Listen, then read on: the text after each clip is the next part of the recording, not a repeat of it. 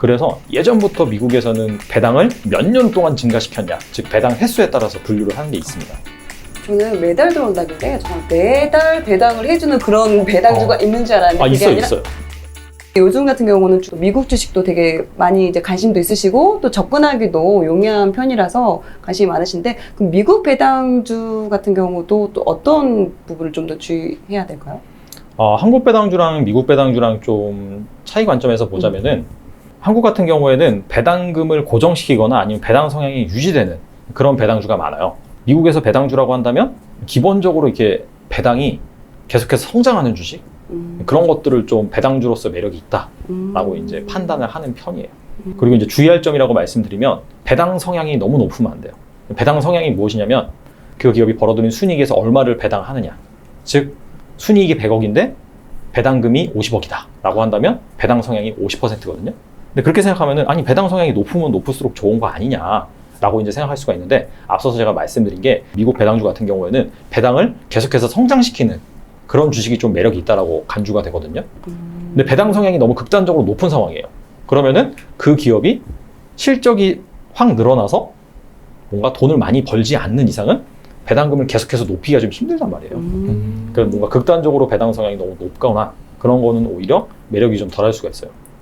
그렇게 보면 투자할 수 있는 돈을 남겨두고 배당을 줘야 되는데 아예 그것조차도 다 배당을 줘버리면 남는 게 없으니까. 그렇죠. 그런 기업은 성장하기 어렵겠네요. 그런 기업은 필연적으로 이제 배당이 깎일 수가 있어요. 그렇다면 지금 우리나라에서 또 관심 있는 그런 배당주 좀 좋게 볼 수 있는 그 세 가지를 알려주셨어요. 그럼 미국에서 좀 알짜 배당주를 고를 수 있는 물론 방법도 알려주셔야 되겠고 어떤 종목인지도 우리가 또 이제 두 가지를 다 알려드려야죠. 네. 미국 같은 경우에는 아까 말씀드린 것처럼 배당을 계속해서 성장시키는 그런 주식이 좀 매력이 있다고 했잖아요. 그래서 예전부터 미국에서는 배당을 몇 년 동안 증가시켰냐, 즉 배당 횟수에 따라서 분류를 하는 게 있습니다. 총 6가지가 있는데 5년에서 9년 동안 증가시킨 그런 기업을 배당 도전자라고 해요. 배당 도전자. 도전자. 네. 네. 챌린저. 네. 아무튼 10년부터 24년까지 배당금을 증가시킨 기업들. 배당 콘텐더라고 해서 이것도 재밌어요. 배당 경쟁자. 이런 회사도 있나요? 네. 24년 동안? 그 다음에 한 단계 위가 더 있어요. 배당 챔피언. 여기가 25년 이상 배당금을 증가시킨 그런 기업을 배당 챔피언이라고 하고, 그 다음에 아예 또 다른 분류로 배당 블루칩이라고 있어요. 이 블루칩은 크게 3가지로 또 나눠지는데 배당 성취자라고 있어요. 가장 좀 그레이드가 낮은 게 이거는 10년 이상 배당금을 증가시킨 기업. 일평균 거래량이 100만 달러. 그 다음에 그 윗단계가 이거는 좀 많이 들어보셨을 거라고 생각을 해요. 배당 귀족이라고 있어요. 25년 이상 배당금을 성장시키고 S&P 500 지수에 편입돼 있으면서 일평균 거래량이 500만 달러 이상이고 그 다음에 시가총액이 30억 달러 이상. 그 다음에 또 그 윗단계가 있는데 배당 킹. 이건 그냥 50년 이상 배당금을 증가시킨 종목. 그래서 뭐 중복 같은 거 다 제외하고 이 6개 별칭에 속하는 기업들의 개수가 700개가 좀 넘어요. 생각보다 많네요. 많죠. 네. 그러니까 사실 미국 배당주 투자한다라고 하면 그냥 이 중에서 고르면 돼요.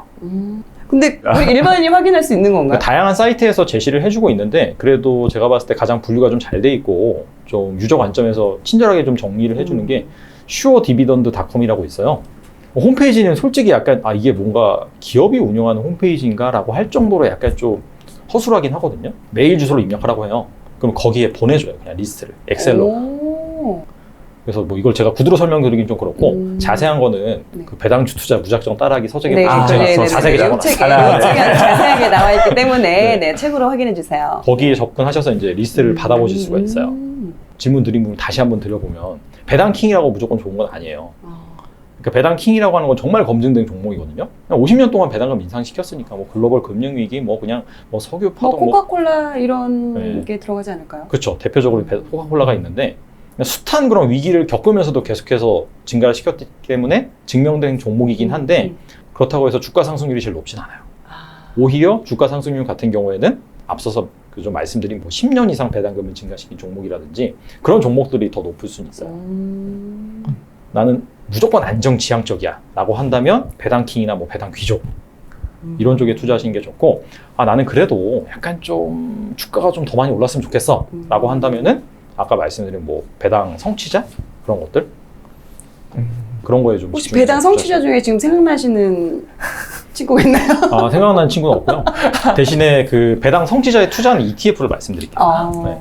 VIG라고 있어요. VIG. 네, 이게 이제 배당 성장 ETF 중에서는 규모가 가장 큰 그런 ETF라고 보시면 되는데 그냥 배당 성취자 종목에 투자해요. 그리고 이제 배당 귀족에 투자하는 ETF도 있어요. NOBL이라고 뭐 그냥 우리나라 말로 이어서 불러버리면 노블이라는 그런 ETF가 있는데 여기 배당 귀족. 근데 최근 5년 수익률을 보면은 VIG가 더 높아요. 배당 귀족보다는. 혹시 킹이나 귀족 자리를 유지를 하려면 조금씩이라도 올려야 되니까 그쵸, 그런 올려야 되죠. 부분이 있겠네요. 네. 그러면 근데 미국 배당주 같은 경우는 혹시 뭐 환율이나 이런 변수하고는 상관이 없나요? 그냥 쉽게 말씀드리면은 환율이 오르면 더 벌고 환율이 깎이면은 덜 버는 거죠. 사실. 근데 이제 이 환율 때문에 좀 뭔가 환율 리스크 때문에 무서워서 투자하기가 꺼려진다? 근데 그거는 사실 좀 합리적이지 않다라고 생각을 하고 환율이라는 것 자체가 그 나라의 경제력 얼마나 강한지 그런 걸 보여주는 거거든요. 근데 어차피 우리가 미국 시장에 투자를 하면서 미국의 경제가 안 좋아질 것 같다? 라고 이제 생각을 한다는 것 자체가 약간 좀 모순이 있는 거죠. 당연히 미국 경제를 어느 정도 믿고 계속해서 성장할 것이라는 생각을 가진 상황에서 이제 투자를 해야 되는 거고 만약에 그렇게 미국 경제가 성장을 한다라고 한다면은 장기적으로 봤을 때 환율이 더 오를 가능성이 있겠죠. 그리고 사실 그 미국 배당주뿐만 아니라 미국 주식에 투자해서 얻는 이점은 있어요. 이게 뭐냐면은 시장이 불안정해질 때 최근에 또 이제 시장이 좀 안 좋잖아요. 계속해서. 우리나라 시장이 불안정할 때. 그쵸.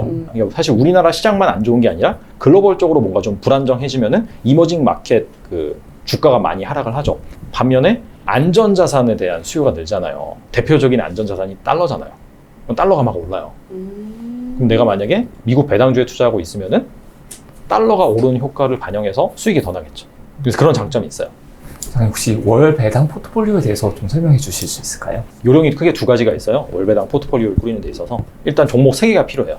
그 주식 중에서 월배당을 주는 주식도 있어요. 근데 이제 그런 케이스 같은 경우에는 기업은 아니고 뭐 부동산 펀드라든지 리츠라든지 약간 채권형 펀드라든지 이제 그런 거거든요. 상장된.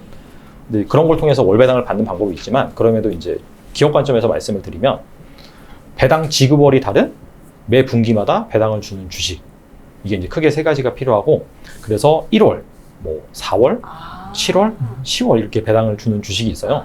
뭐 대표적으로 이제 AMT라고 티커명 AMT라고 아메리칸 타워라는 종목인데 이것도 리츠예요. 근데 이제 인프라 리츠라고 해서 전 세계 뭐 20개국에 수많은 그런 통신시설을 보유하고 있는 그런 기업인데 그 통신시설을 가지고 통신사한테 임대를 해준 거죠. 그래서 임대료를 받는 그 기업이 1, 4, 7, 10 이렇게 배당을 주고 그 다음에 투자자들한테 좀 친숙한 기업 중에서 뭐 스타벅스 같은 경우에는 2월, 5월, 8월, 11월 이렇게 또 배당을 줘요. 그 다음에 마지막으로 3, 6, 9, 12 이렇게 이제 배당을 주는 기업들 같은 경우에는 뭐 로키드 마틴이라든지 뭐 미국 방산 중에서 가장 큰 그런 기업이 있고 블랙록 같은 그런 기업들 같은 경우에도 이렇게 3, 6, 9, 12 이렇게 배당을 줘요. 그래서 이렇게 3종목을 가지고 있으면 내가 이제 월 배당 받는 그런 포트폴리오를 꾸릴 수 있고 또 중요한 게 뭐냐면은 제가 방금 말씀드린 그런 업종이 안 겹쳐요. AMT 같은 경우에는 인프라, 리츠고 그 다음에 스타벅스는 그냥 소비재고 세 번째 이제 뭐 로키드 마틴이나 블랙록 같은 경우에는 뭐 산업재에 속해 있거나 아니면은 금융 쪽이잖아요. 주식이다 보니까 업종별로 돌아가면서 이제 좋고 나쁘고 이게 반복이 되거든요. 그래서 이런 식으로 포트폴리오를 꾸리시면은 괜찮죠, 이제. 월급처럼 들어올 수가 있겠네요. 저는 매달 들어온다길래 정말 매달 배당을 해주는 그런 배당주가 있는 줄 알았는데 그게 있어요, 아니라 있어요. 그러니까 리츠 같은 경우에 대표적으로 리얼티 인컴이라고 가장 유명한 종목이에요. 여기는 이제 미국 전역에 6,500개에 달하는 부동산을 가지고 있고 이걸 이제 리테일 리츠다 보니까 뭐 그로셔리 스토어라든지 편의점 이런 데다가 다 임대를 해주는 거예요. 여기는 매달 들어오고 그 다음에 상장하고 나서 26년 동안 계속해서 배당금을 늘렸어요. 그래서 아예 그냥 이것만 사모으신 분도 계세요. 왜냐면은 이게 되게 안정적이긴 하거든요. 왜냐면은 뭐 편의점, 뭐 식료품 가게 뭐 이런 데가 뭐 사실 장사가 크게 잘 되지도 않지만 안 되지도 않거든요. 그렇죠. 그냥 꾸준하게. 오히려 막 불안해지면 사람들이 막 사재기하고 좀 그런 효과가 있어서 그래서 약간 좀 그런 종목도 있어요. 혹시 그런 종목은 지금 매수를 해도 괜찮나요? 길게 보면은 뭐 항상 뭐 매수 타이밍이다라고 볼 수가 있고, 근데 이 종목 이런 종목이 이제 주가는 되게 재미없을 것 같다라고 생각을 하는데 배당 수익률은 4%가 항상 넘거든요. 거의 대부분이 높을 때는 거의 5% 가까이 주고 낮을 때는 한 3% 후반인 것 같긴 한데, 근데 이 배당금을 재투자한다라고 해서 이 복리 수익률 관점에서 본다면 26년 동안 뭐 S&P 500 지수라든지 나스닥 지수가 더 높아요, 수익률이.